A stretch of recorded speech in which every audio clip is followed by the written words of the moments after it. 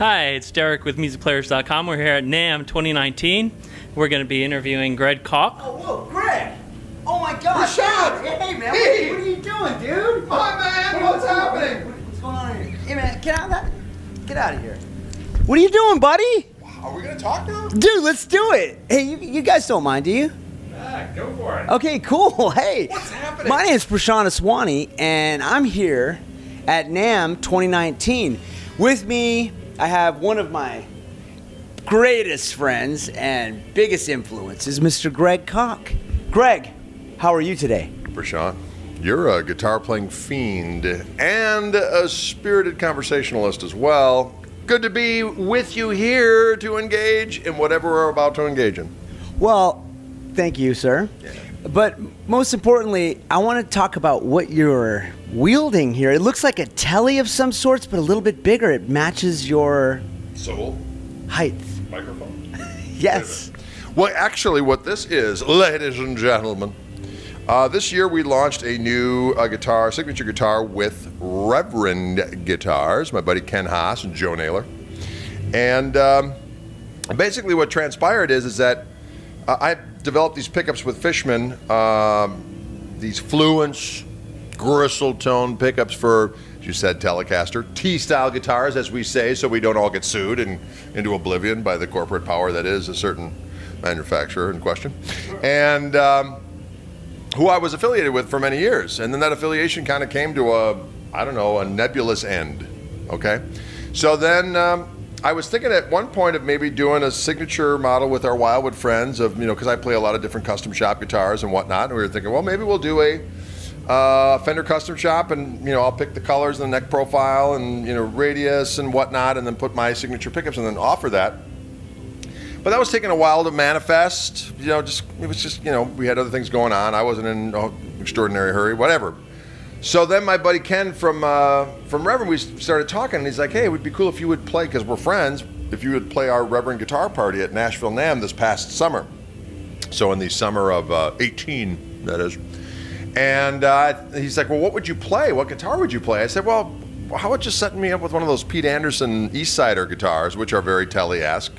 And I said, I'll pop a set of my pickups in it. So we did. And when I got the guitar and I started playing it, and I was like, intonation's great, it plays great, it sounds great. And I would play it between my, more expensive custom shop version. And there was a difference, but, was it several $1,000 different? I don't know. I'm just going to say maybe not. So we started talking. I said, well, we could do a signature instrument. And I said, well, it really wouldn't be that difficult. Maybe I would just pick a different neck profile, different color, different bridge from the Pete Anderson and pop my pickups in it, and boom. And he's like, well, we could do anything that you want. And then I got to the point where I was like, I've always wanted to have this style body, but just a little bit bigger, because I'm 6'7". Every time I'm standing up playing, people see me playing a regular size guitar. They're like, is that some kind of ukulele you're dumped in? Like, no, I'm just, respect the large man. Don't tell me I'm playing a ukulele. I have feelings. We all have feelings. Right? So I thought, you know what? I'm just going to feel a little bit more confident as I strut on stage to wield the axe and to strut about like a bandy rooster as I'm playing spirited rock music, if I have an instrument that's more proportional to my being. So this is actually about 2% larger all the way around. And in doing so, it just gives the slight optical illusion that it is larger, but not so large that it looks too large on someone who's used to regular size guitar, or not too large that it doesn't fit in a conventional case. Can you dig it? Oh, that's very clever. So a couple of different things, and we were thinking about the body size or the body style, is that I bought this guitar from this buddy of mine named Mike Lamprin, who has a company called Ventura County Guitars, and he made this cool little parts caster with a Firebird body, but with a telly neck and telly controls. I've seen it. It's cool, right? Very. And I was playing it on one of my Orange Room Facebook oral and visual diatribes. And Joe Naylor, who's the designer of all things R&D for Reverend, saw that thing, and he's like, hey, why don't we put like a elevated midsection like that Firebirdish thing you have on the guitar? I said, I'm totally into that. And what it ended up doing, in addition to just kind of looking cool, is that the height of that middle section is actually what the conventional width would be of a guitar of this type. So everything else is kind of recessed. So that actually worked as kind of weight relief. Excellent. Can you dig it? Well, speaking of weight relief, what is the body wood that you've chosen? Well, that's a crazy thing. The wood that Reverend likes to use as kind of their signature wood, if you will, it's on, like, I think 90%, probably 99% of their guitars is, oh my God, Carina? Carina, thank you. I've just had a complete mind lapse. That's okay. I did my research. Oh, bless you. It's Carina wood. And what I thought would be cool is I like binding, but I thought wouldn't it be cool to do kind of a transparent top and then an opaque back and side. So that's what we got. So you can kind of see the wood grain through here. And then I like this little... That fits the recess nicely. It does indeed. Accentuates it. And the thing is with this, everyone's like, what is that thing on the neck pickup? They make that sound too. I don't understand. It's kind of a thing that people, when they're curious about, I guess, a neck pickups around, they, kind of howl like them, like a Scooby-Doo villain of a sort. Yes. Wait, one more time? Another Scooby-Doo villain. Right? Yeah. Wasn't for you meddling kids. You get the gist. Anyway, so originally we wanted a kind of a metal surround for this, and it looked cool, kind of like a Firebird. But the problem is that the metal that they had chosen was messing with the impedance or whatever you want to say. Yes. And it didn't sound right. Metal and pickups do weird things. They do indeed. And so Joe said, you know what? I took the metal off and I put a piece of the pickguard material on there, and it sounds magnificent and it looks different and cool. And I said, I'm down. So that's what we decided to do. So I think it looks cool. It makes it look more different. You know what I'm saying? Yeah, I quite enjoy the aesthetic of it. I, ladies and gentlemen, have had the opportunity to play this exact guitar through Greg's exact rig, and I have to say, I'm quite blown away. What else is in this guitar that is signature to you that you'd like to talk about? Well, the pickups are a big deal. I mean, we worked, I got involved with Fishman on the Fluence pickups about, 6 years ago now.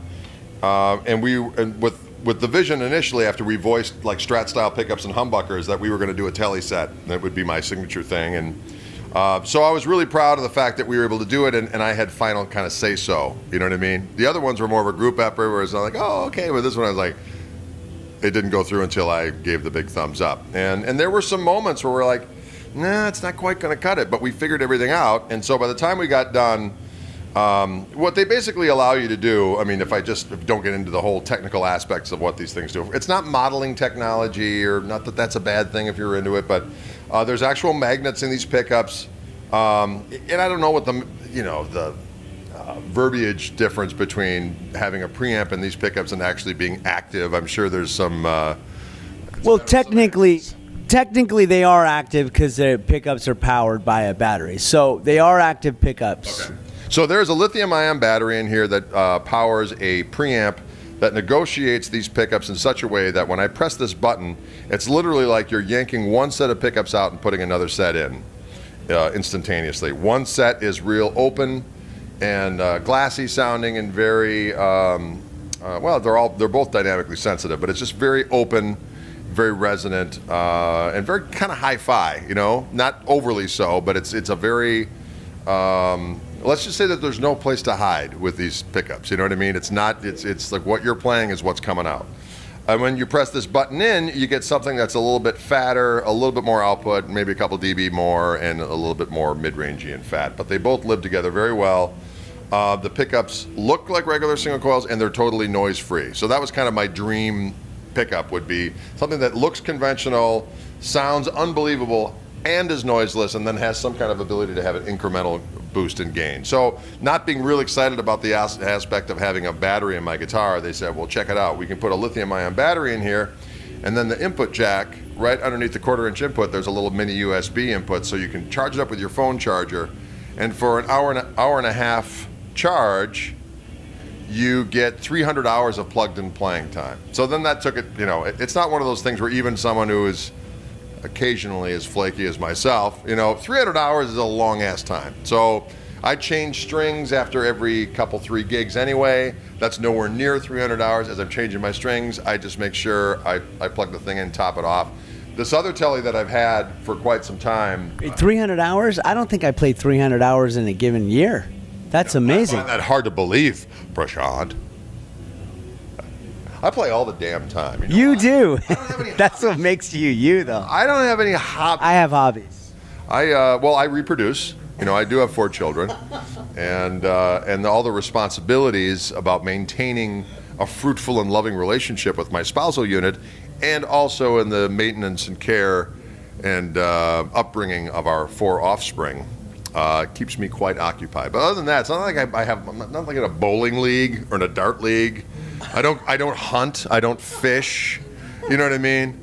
I play guitar and I reproduce, and I like to eat. But then I have to walk to offset these savory feasts. Now, do you go on walks with your wife? I do indeed. We go on spirited perambulations together. Not As in- hand in hand, though. I can't handle that. Yeah, you got to have the hands free. No, it's a mutual respect that when we're walking, we're not like trying to prove anything to any of the other walkers. Like our love is strong. We know what it's all about. You know what I mean? We know where our bread is buttered. We don't need to have these token gestures of affection in public. Can you take it?